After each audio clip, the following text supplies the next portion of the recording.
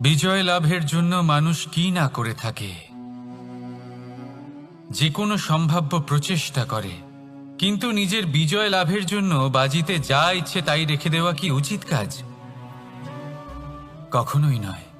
নিজের হারানো সম্মান, নিজের হারানো সম্পত্তি, নিজের হারানো অধিকার ফিরে পাওয়ার শুধু একটাই পথ রয়েছে, আর তা হলো পুরুষার্থ,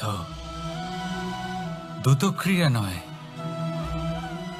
যে মানুষ নিজেই হেরে গেছে, নিজেই নিজের জয়লাভ করার জন্য অন্য কাউকে কিভাবে বাজিতে রাখতে পারে? এ হলো সম্পূর্ণরূপে অনুচিত। অনেক সময় অনেক ধন লাভ করার জন্য, অনেক সম্পত্তি লাভ করার জন্য আমরা নিজের আসল ধন, আমাদের আপনজন, তাদেরকে হারিয়ে ফেলতেও প্রস্তুত হয়ে যাই। এটা একেবারেই উচিত নয়। যত বড়ই সংকট আসুক না কেন, আমাদের আপনজনদের আমাদের সাথেই রাখা উচিত। নিজের বিজয়ের জন্য ওনাদের বাজি রাখা ঠিক নয়। এই ভুল কেউ একজন করেছেন, আপনি তা ভুলেও করবেন না। রাধা রাধা। নারী জন্মসূত্রে কারোর কন্যা, ধর্মসূত্রে কারোর পত্নী, আর কর্মসূত্রে কারোর মা। আমাদের মনে এই ছবি আঁকা রয়েছে একজন নারীকে নিয়ে, তাই না? একটা অতুলনীয় ভূমিকা রয়েছে নারীদের আমাদের জীবনে, আর নারী ছাড়া আমরা কিছুই নই। কিন্তু অধিকার, সেখানে আমরা একটা ভুল করে বসি। যখন নারী একজন কন্যা থাকে, যখন সে জন্ম নেয়, তখন তার ওপর অধিকার থাকে তার পিতার। আর তারপর যখন বিয়ে হয়ে যায়, তখন তার অস্তিত্বের ওপর অধিকার থাকে তার স্বামীর। আর যখন তিনি মা হন, তখন নিজেই তিনি জীবনের সমস্ত অধিকার দিয়ে দেন তার সন্তানকে। কিন্তু আমরা কি কখনো এটা ভেবেছি এই জীবন হলো তার নিজের? যে নারী সবার কল্যাণ করছেন, তার জীবনের অধিকারও তার কাছেই থাকা উচিত, তাই না? তার নিজের জীবনের সিদ্ধান্ত সে নিজেই নিতে পারেন, নিজেই নিজের ভাগ্যের রচয়িতা হতে পারেন। আর এর জন্য আমাদের নিজেদের পাল্টাতে হবে, দৃষ্টিভঙ্গি পাল্টাতে হবে। কারণ এই ধারণা সেটা আজ বা কালকের ব্যাপার নয়, এটা ঘটে চলেছে বহু বছর ধরে, আর চলতেই থাকবে যদি আমরা এটা না বদলাই। আর এটা তখনই সম্ভব হবে যখন আমরা নিজেদের মধ্যে পরিবর্তন আনব। তাই আজকের পর থেকে, এই মুহূর্ত থেকে, কোনো নারীর ওপর অকারণ অধিকার স্থাপনের আগে সহস্রবার ভেবে দেখবেন। কারণ যখন নারী নিজের অধিকার কেড়ে নিতে বাধ্য হবেন, তখন শুধু এবং শুধুমাত্র বিনাশই ঘটবে। রাধা রাধা।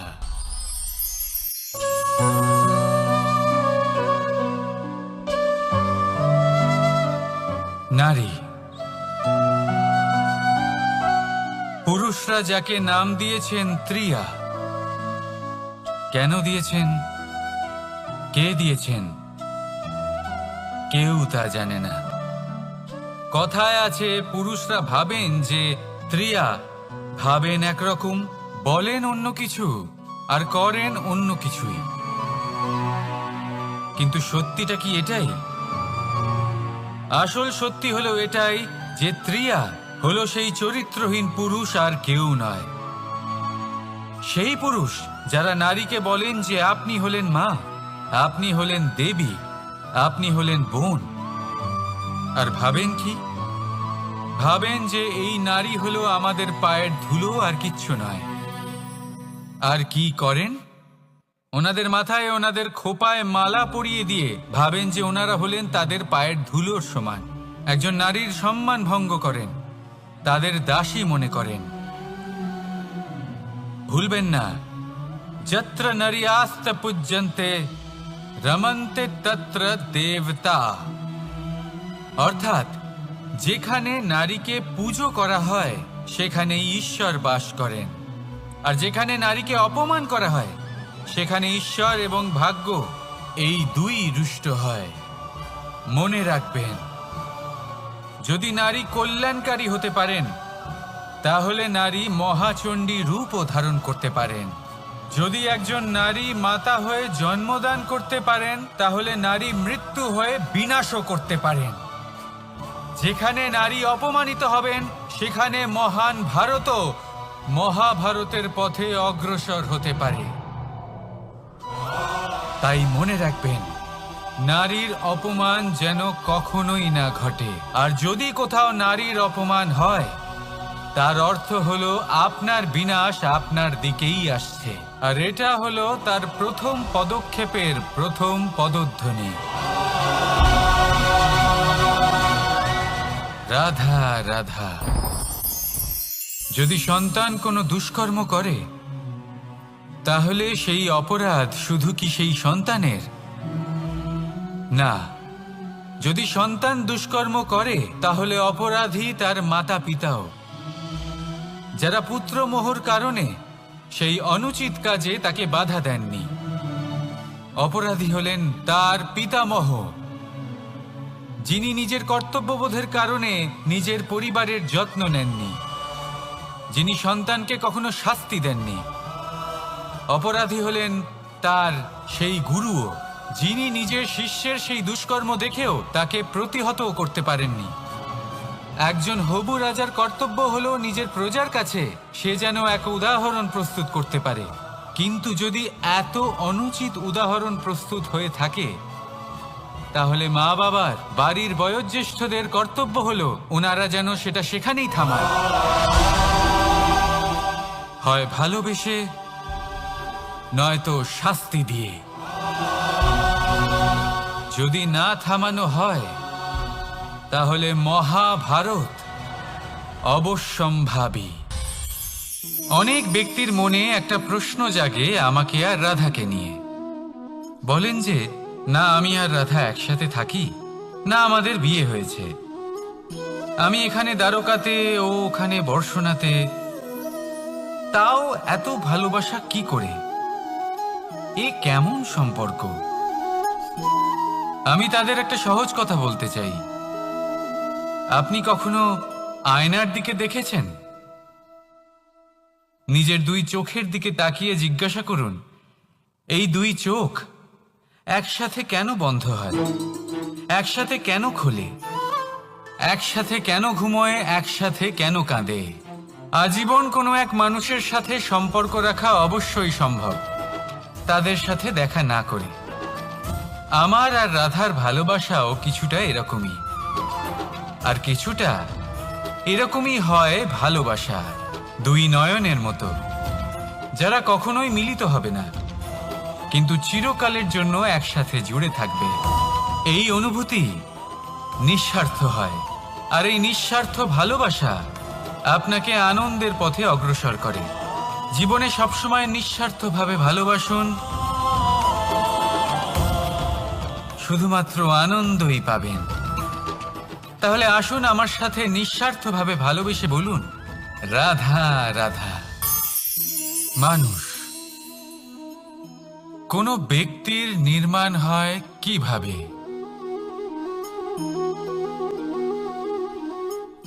কেউ বলবেন পঞ্চতত্ত্বের দ্বারা, কেউ বলবেন আত্মা, দেহ ও চেতনার দ্বারা, কেউ বলবেন ঈশ্বরের কৃপার দ্বারা, তো কেউ বলবেন এই প্রকৃতির পরীক্ষার দ্বারা।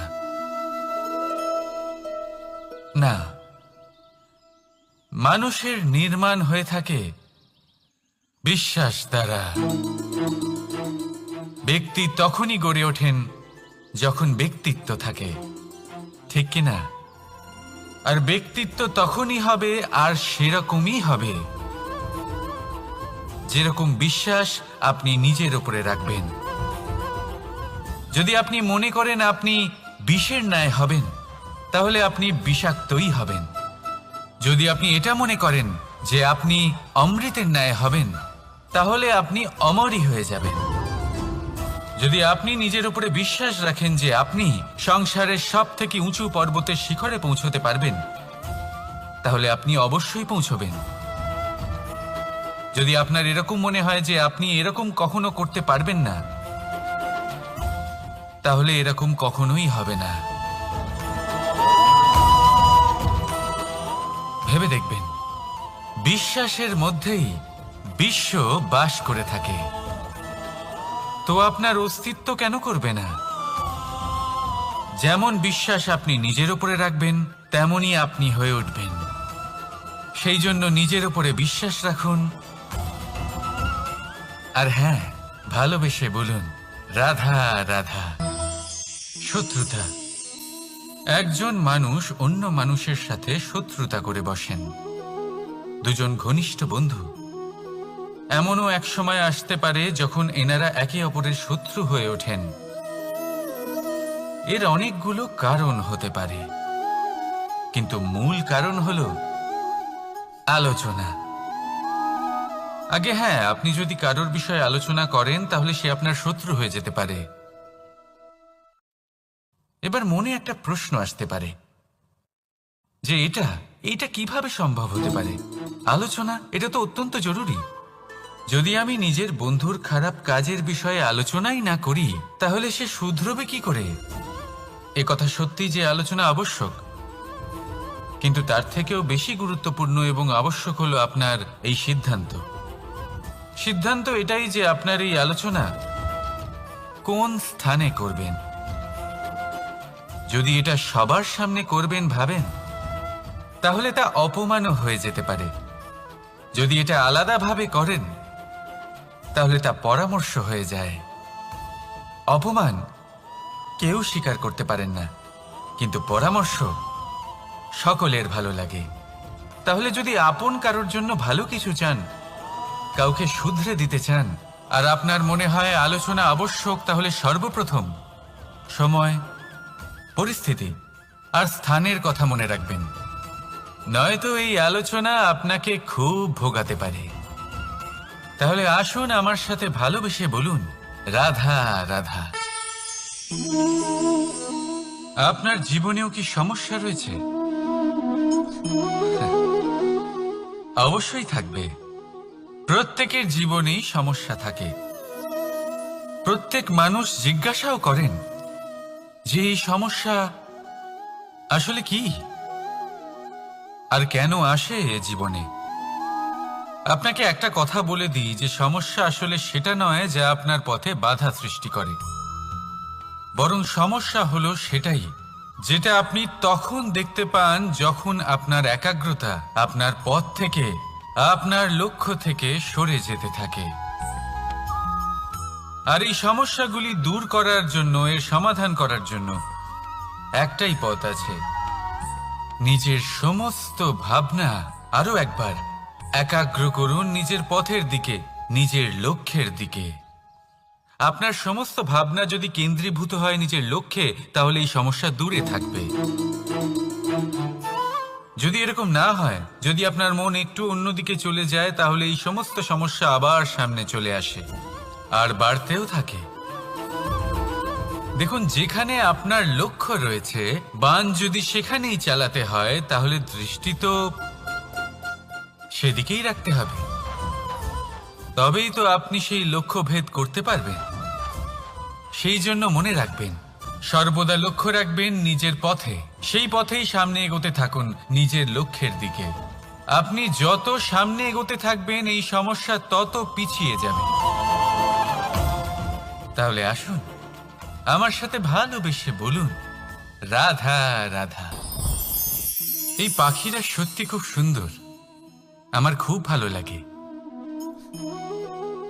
আপনি নিশ্চয়ই শুনে থাকবেন যে কিছু পাখির কাছে ডানা অবশ্যই থাকে, কিন্তু উড়তে পারে না। তারা চায় উঁচু আকাশে উড়ে বেড়াতে এবং মেঘেদের সাথে কথা বলতে, করতেই পারে না। এবার এই সংসারেও পাওয়া যায় ঘুড়িও। এদের মধ্যে না জীবন আছে, না প্রাণ আছে, আর না আছে ডানা, কিন্তু এরা আকাশের সাথে কথা বলে, হাওয়ার বেগের সাথে কথা বলে, আনন্দ করে, উৎফুল্ল হয়ে ওঠে, আকাশে জীবনের কিছু মুহূর্ত কাটায়। তার কারণ কি হতে পারে? কারণ হলো সুতো। এই সুতো যদি সঠিক হাতে থাকে, তাহলে এই কাগজের তৈরি ঘুড়িও আকাশের উচ্চতায় উড়ে বেড়াতে পারে। এবার এই সুতো আসলে কি? এই সুতো হলো আসলে ভালোবাসা, এই সুতো হলো আসলে বিশ্বাসের। আর এটা আপনি দিয়ে থাকেন তাদের হাতে যাদের আপনি বিশ্বাস করেন, যাদের আপনি নিজের সর্বস্ব দিয়ে দেন। ভেবে দেখুন, এই ভালোবাসা আর বিশ্বাসের সুতো আপনি যদি সঠিক মানুষের হাতে দিয়ে দেন, তাহলে আপনি অনেক উচ্চতায় উঠতে পারবেন, আকাশের উচ্চতায় উড়ে বেড়াতে পারবেন, মেঘের সাথে কথা বলতে পারবেন, পাখিদের মতো উড়তে পারবেন, যা ইচ্ছে তাই করতে পারবেন। শুধু এই মানুষ সঠিক হতে হবে, এমন একজন মানুষ যার মনে আপনার জন্য ভালোবাসা রয়েছে, এমন এক মানুষ যার মনে কোনো স্বার্থ নেই, যিনি পরোপকারী, এমন একজন ব্যক্তি যিনি আপনার অস্তিত্বকে বাইরে নিয়ে আসতে পারবেন, তাকে উজ্জ্বল করে তুলবেন। তাহলে ভালোবাসুন, আনন্দ করতে থাকুন, আর এই আনন্দ সহকারে বলুন, রাধা রাধা। আমরা সকলে এমন ব্যক্তির সাথে থাকতে চাই যারা খুব মিষ্টি কথা বলেন, যাদের ব্যবহার আমাদের ভালো লাগে, যারা দেখতে সুন্দর হন, যাদের আমরা পছন্দ করি। আর সবসময় এমন ব্যক্তির থেকে দূরে থাকতে চেষ্টা করি যাদেরকে আমরা পছন্দ করি না, যাদের কথা আমাদের খারাপ লাগে, যাদের কথা একটু কঠোর হয়। আমরা সবসময় চেষ্টা করি এদের থেকে দূরে থাকার, ঠিক কিনা? কিন্তু যদি বাস্তবটা দেখি, তাহলে এই কঠোরতা জীবনে শান্তির প্রলেপ দেয়। ওষুধও একটু কড়াই হয়, কিন্তু এ কি করে? আমাদের সুস্থ করে তোলে।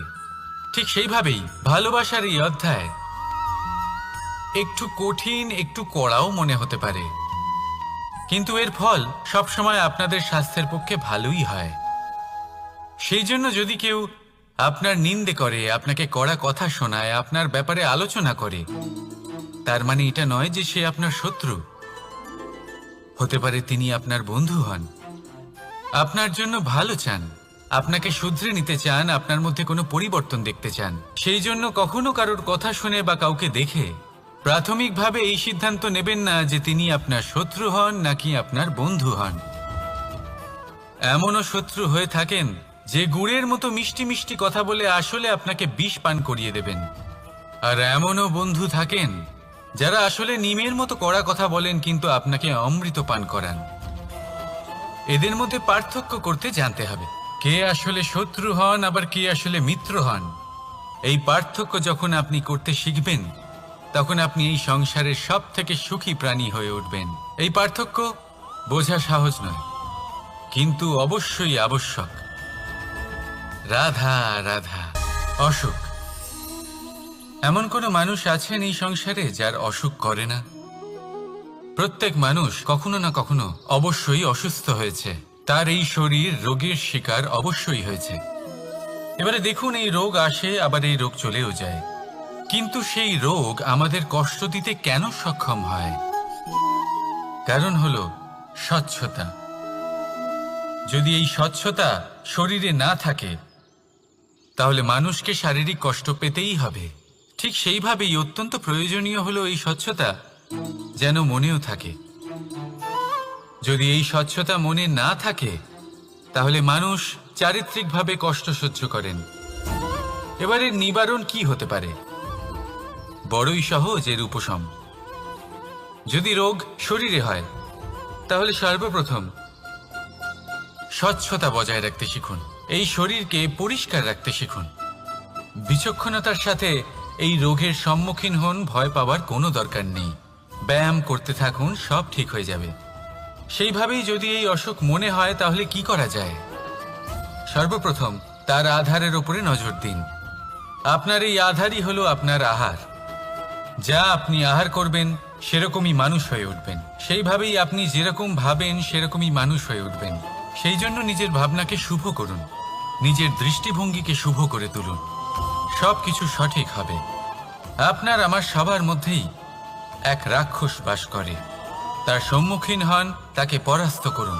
তাহলে এই রোগ সে শরীরেই হোক বা মনের মধ্যে, যদি সঠিক সময় তাকে আটকানো না যায়, তাহলে যে কোনো সময় তা মহামারীর রূপ ধারণ করবে। সেই জন্য সাবধানে থাকুন, সুস্থ থাকুন। তাহলে আসুন আমার সাথে ভালোবেসে বলুন রাধা রাধা। বাজ পাখিকে পক্ষীরাজ বলা হয়। বাজের আয়ু হলো মোটামুটি 70 বছর। এবার 40 বছর হতে হতেই ওদের পালক লম্বা এবং ভঙ্গুর হয়ে যেতে থাকে, ঠোঁট বেঁকে যায়, ডানা ভারী হয়ে যায়, অর্থাৎ আগের মতো উড়তে পারে না, সেই শক্তি থাকে না। এবার সেই বাজ কি করবে? বাজ সব থেকে কঠিন নির্বাচন করে, নির্বাচন নিজের পুনর্স্থাপনার। সর্বপ্রথম একটা বিশাল পর্বতে যায়, একান্তে নিজের এক বাসস্থান তৈরি করে, আর তারপরে পাথরের সাথে নিজের ঠোঁট বারবার আঘাত করতে করতে সেই ঠোঁট ভেঙে ফেলে। তারপরে সে অপেক্ষা করে সেই ঠোঁট পুনর্নির্মাণ হওয়ার।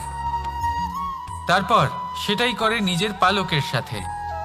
তারপরে নিজের ডানা থেকে এক এক করে ভারী পালকগুলো ছিঁড়ে ফেলে দেয়। আর তারপর 150 দিনের এই যন্ত্রণা সহ্য করার পরে ও ফিরে পায় নিজের ওড়বার অনন্য ক্ষমতা, সেই শক্তি। আর তারপরে ও জীবনের পরবর্তী 30 বছর বাঁচে। কি বুঝলেন আপনি? যদি ইচ্ছে শক্তি থাকে তাহলে একজন দুর্বলও শক্তিশালী হতে পারে। আপনিও এটাই করুন, নিজের অতীতের যন্ত্রণার বোঝাগুলিকে ত্যাগ করুন আর কল্পনার খোলা আকাশে উন্মুক্ত হয়ে উড়ে বেড়ান। নিজের পুনর্স্থাপনা করুন, তবেই সর্বশ্রেষ্ঠ হতে পারবেন। আর মনে রাখবেন, এই ছোট ছোট পদক্ষেপই বড় বড় শিখরে পৌঁছে দিতে পারে। তাহলে আসুন আর আমার সাথে ভালোবেসে বলুন রাধা রাধা। আপনি কি কখনো জলকে নিজের মুঠোতে ধরে রাখার চেষ্টা করেছেন? চলুন আজ করা যাক।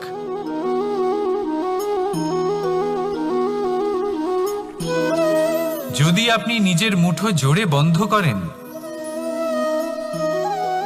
জল ধরে রাখতে পারবেন না। যদি আপনি তাকে এমনি বইতে দেন, তাহলে ও নিজের পথ নিজেই করে নেবে আর আপনার হাতেও থেকে যাবে। আমাদের জীবনও হলো কিছুটা এরকম, জলের মতো। নিজের পথ নিজেই করে নেয় এই জীবন।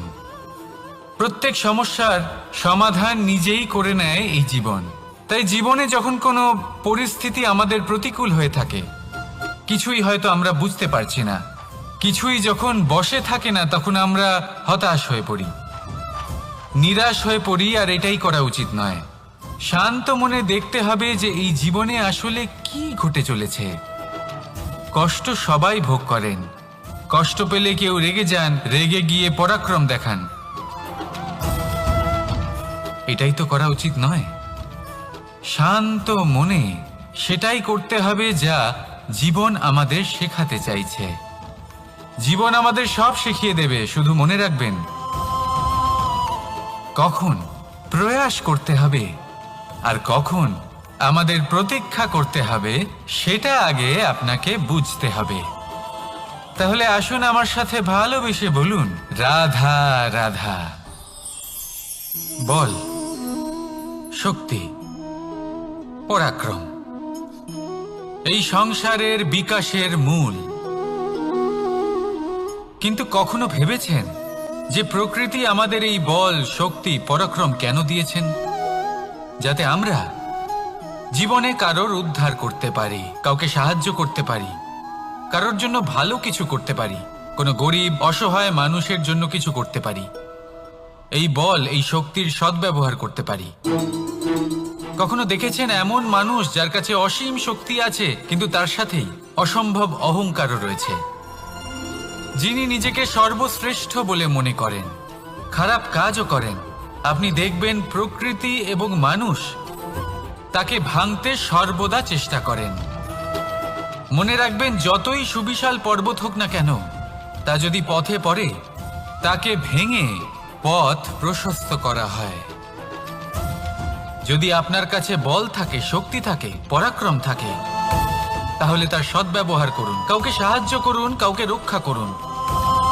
যদি আপনি আপনার শক্তির দুর্ব্যবহার করেন, তাহলে মনে রাখবেন আপনি নিজের বিনাশ নিজেই আমন্ত্রণ করছেন। এবার বল অর্জন করার পরে, শক্তি অর্জন করার পরে আপনি নিজেকে বিনাশ করতে চান নাকি এই সংসারের উদ্ধার করতে চান, সিদ্ধান্ত আপনার। রাধা রাধা। মানুষ আর ধন, এই দুইয়ের মধ্যে সম্পর্ক খুব ঘনিষ্ঠ। ধন হলো সেই শক্তি যার ব্যবহার মানুষ করে থাকে সাংসারিক বস্তু ক্রয় করার জন্য, নিজের জীবন যাপন করার জন্য। আর মানুষ হলো সেই শক্তি যারা ধনকে গুরুত্বপূর্ণ করে তোলেন।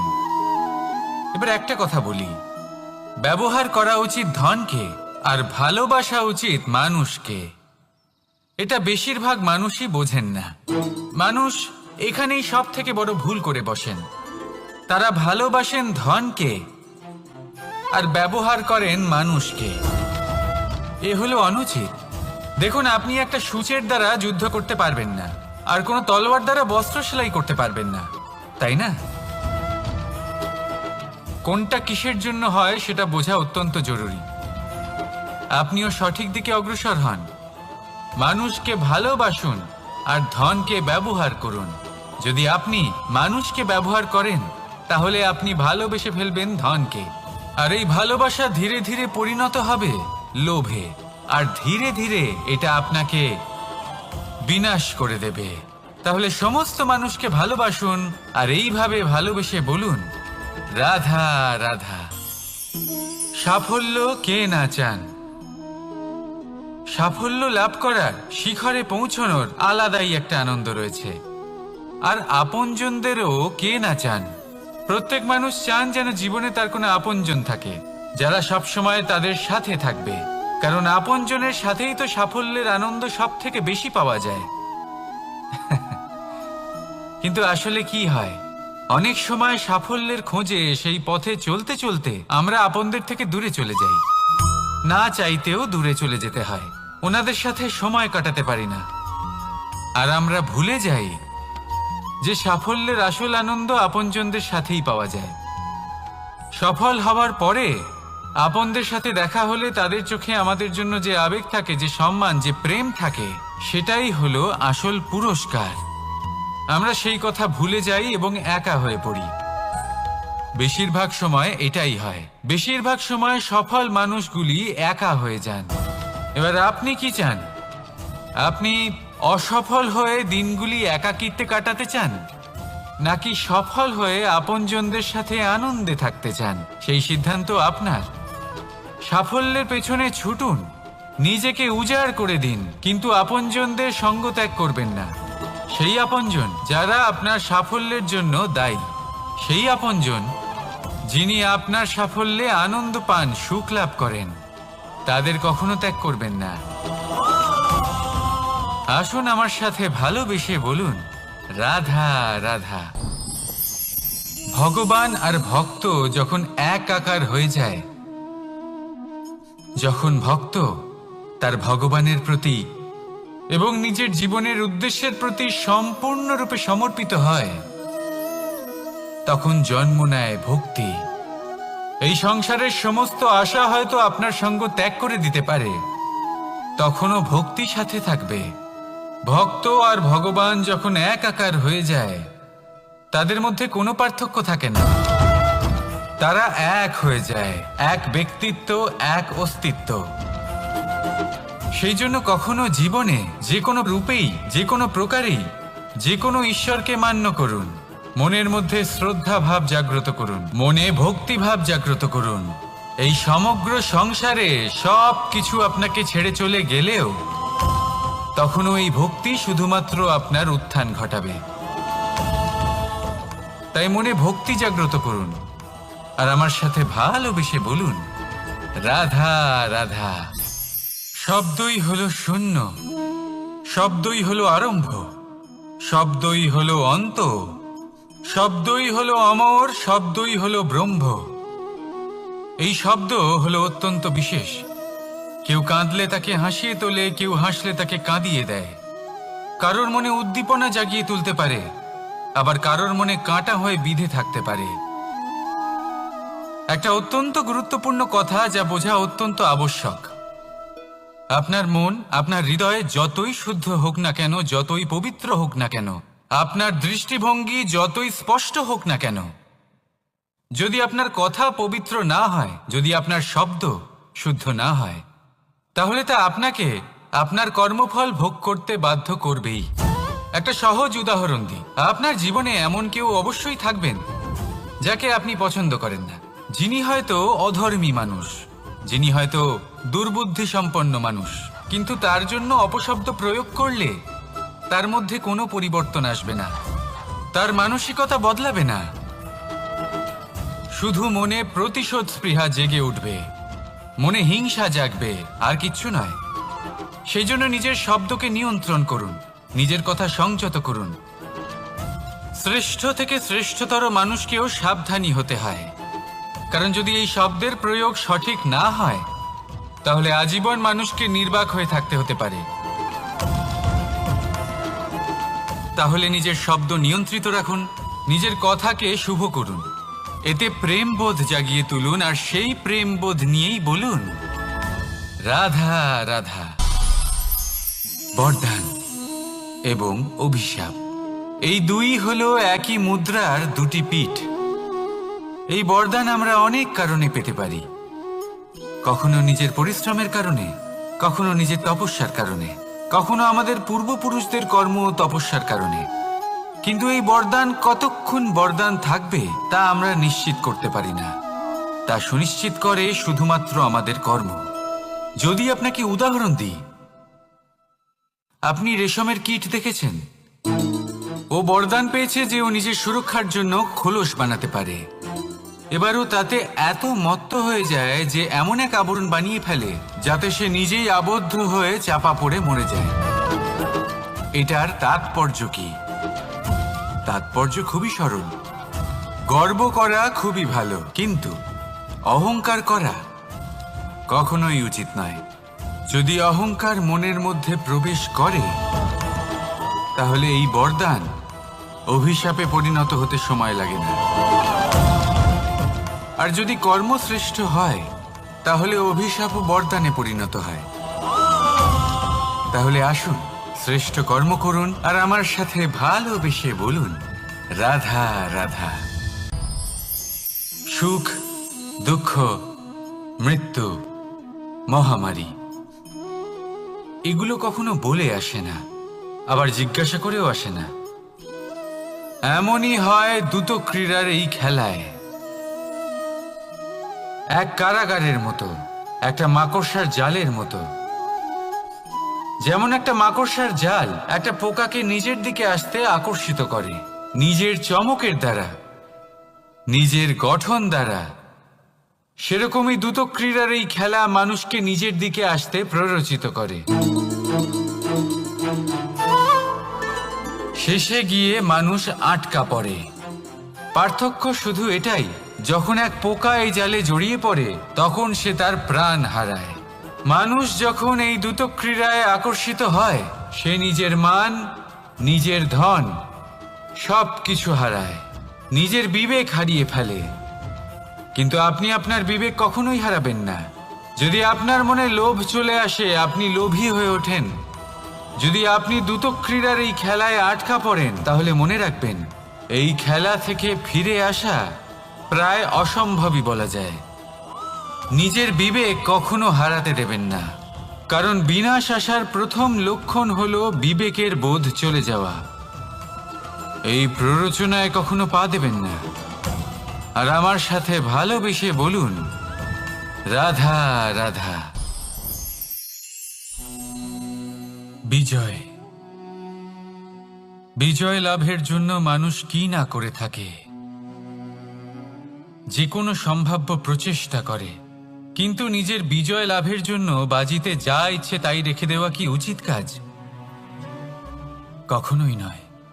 নিজের হারানো সম্মান, নিজের হারানো সম্পত্তি, নিজের হারানো অধিকার ফিরে পাওয়ার শুধু একটাই পথ রয়েছে, আর তা হলো পুরুষার্থ, দ্রুত ক্রীড়া নয়। যে মানুষ নিজেই হেরে গেছে, নিজেই নিজের জয়লাভ করার জন্য অন্য কাউকে কিভাবে বাজিতে রাখতে পারে? এ হলো সম্পূর্ণরূপে অনুচিত। অনেক সময় অনেক ধন লাভ করার জন্য, অনেক সম্পত্তি লাভ করার জন্য আমরা নিজের আসল ধন, আমাদের আপনজন, তাদেরকে হারিয়ে ফেলতেও প্রস্তুত হয়ে যাই। এটা একেবারেই উচিত নয়। যত বড়ই সংকট আসুক না কেন, আমাদের আপনজনদের আমাদের সাথেই রাখা উচিত। নিজের বিজয়ের জন্য ওনাদের বাজি রাখা ঠিক নয়। এই ভুল কেউ একজন করেছেন, আপনি তা ভুলেও করবেন না। রাধা রাধা। নারী জন্মসূত্রে কারোর কন্যা, ধর্মসূত্রে কারোর পত্নী, আর কর্মসূত্রে কারোর মা। আমাদের মনে এই ছবি আঁকা রয়েছে একজন নারীকে নিয়ে, তাই না? একটা অতুলনীয় ভূমিকা রয়েছে নারীদের আমাদের জীবনে, আর নারী ছাড়া আমরা কিছুই নই। কিন্তু অধিকার, সেখানে আমরা একটা ভুল করে বসি। যখন নারী একজন কন্যা থাকে, যখন সে জন্ম নেয়, তখন তার ওপর অধিকার থাকে তার পিতার। আর তারপর যখন বিয়ে হয়ে যায়, তখন তার অস্তিত্বের উপর অধিকার থাকে তার স্বামীর। আর যখন তিনি মা হন, তখন নিজেই তিনি জীবনের সমস্ত অধিকার দিয়ে দেন তার সন্তানকে। কিন্তু আমরা কি কখনো এটা ভেবেছি এই জীবন হলো তার নিজের? যে নারী সবার কল্যাণ করছেন, তার জীবনের অধিকারও তার কাছেই থাকা উচিত, তাই না? তার নিজের জীবনের সিদ্ধান্ত সে নিজেই নিতে পারেন, নিজেই নিজের ভাগ্যের রচয়িতা হতে পারেন। আর এর জন্য আমাদের নিজেদের পাল্টাতে হবে, দৃষ্টিভঙ্গি পাল্টাতে হবে। কারণ এই ধারণা সেটা আজ বা কালকের ব্যাপার নয়, এটা ঘটে চলেছে বহু বছর ধরে আর চলতেই থাকবে যদি আমরা এটা না বদলাই। আর এটা তখনই সম্ভব হবে যখন আমরা নিজেদের মধ্যে পরিবর্তন আনব। তাই আজকের পর থেকে, এই মুহূর্ত থেকে, কোনো নারীর ওপর অকারণ অধিকার স্থাপনের আগে সহস্রবার ভেবে দেখবেন। কারণ যখন নারী নিজের অধিকার কেড়ে নিতে বাধ্য হবেন, তখন শুধু এবং শুধুমাত্র বিনাশই ঘটবে। রাধা রাধা।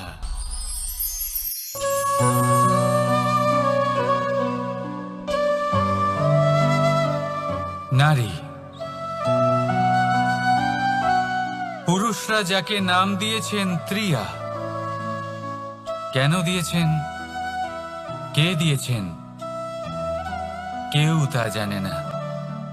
কথায় আছে, পুরুষরা ভাবেন যে ত্রিয়া, ভাবেন একরকম, বলেন অন্য কিছু, আর করেন অন্য কিছুই। কিন্তু সত্যিটা কি এটাই? আসল সত্যি হলো এটাই যে ত্রিয়া হলো সেই চরিত্রহীন পুরুষ, আর কেউ নয়। সেই পুরুষ যারা নারীকে বলেন যে আপনি হলেন মা, আপনি হলেন দেবী, আপনি হলেন বোন। আর ভাবেন কি? ভাবেন যে এই নারী হলো আমাদের পায়ের ধুলো, আর কিচ্ছু নয়। আর কি করেন? ওনাদের মাথায়, ওনাদের খোপায় মালা পরিয়ে দিয়ে ভাবেন যে ওনারা হলেন তাদের পায়ের ধুলোর সমান। একজন নারীর সম্মান ভঙ্গ করেন, তাদের দাসী মনে করেন। ভুলবেন না, যত্র নারী আস্ত পূজ্যন্তে রমন্তে তত্র দেবতা। অর্থাৎ যেখানে নারীকে পুজো করা হয়, সেখানে ঈশ্বর বাস করেন। আর যেখানে নারীকে অপমান করা হয়, সেখানে ঈশ্বর এবং ভাগ্য এই দুই রুষ্ট হয়। মনে রাখবেন, যদি নারী কল্যাণকারী হতে পারেন, তাহলে নারী মহাচণ্ডী রূপও ধারণ করতে পারেন। যদি একজন নারী মাতা হয়ে জন্মদান করতে পারেন, তাহলে নারী মৃত্যু হয়ে বিনাশও করতে পারেন। যেখানে নারী অপমানিত হবেন, সেখানে মহান ভারতও মহাভারতের পথে অগ্রসর হতে পারে।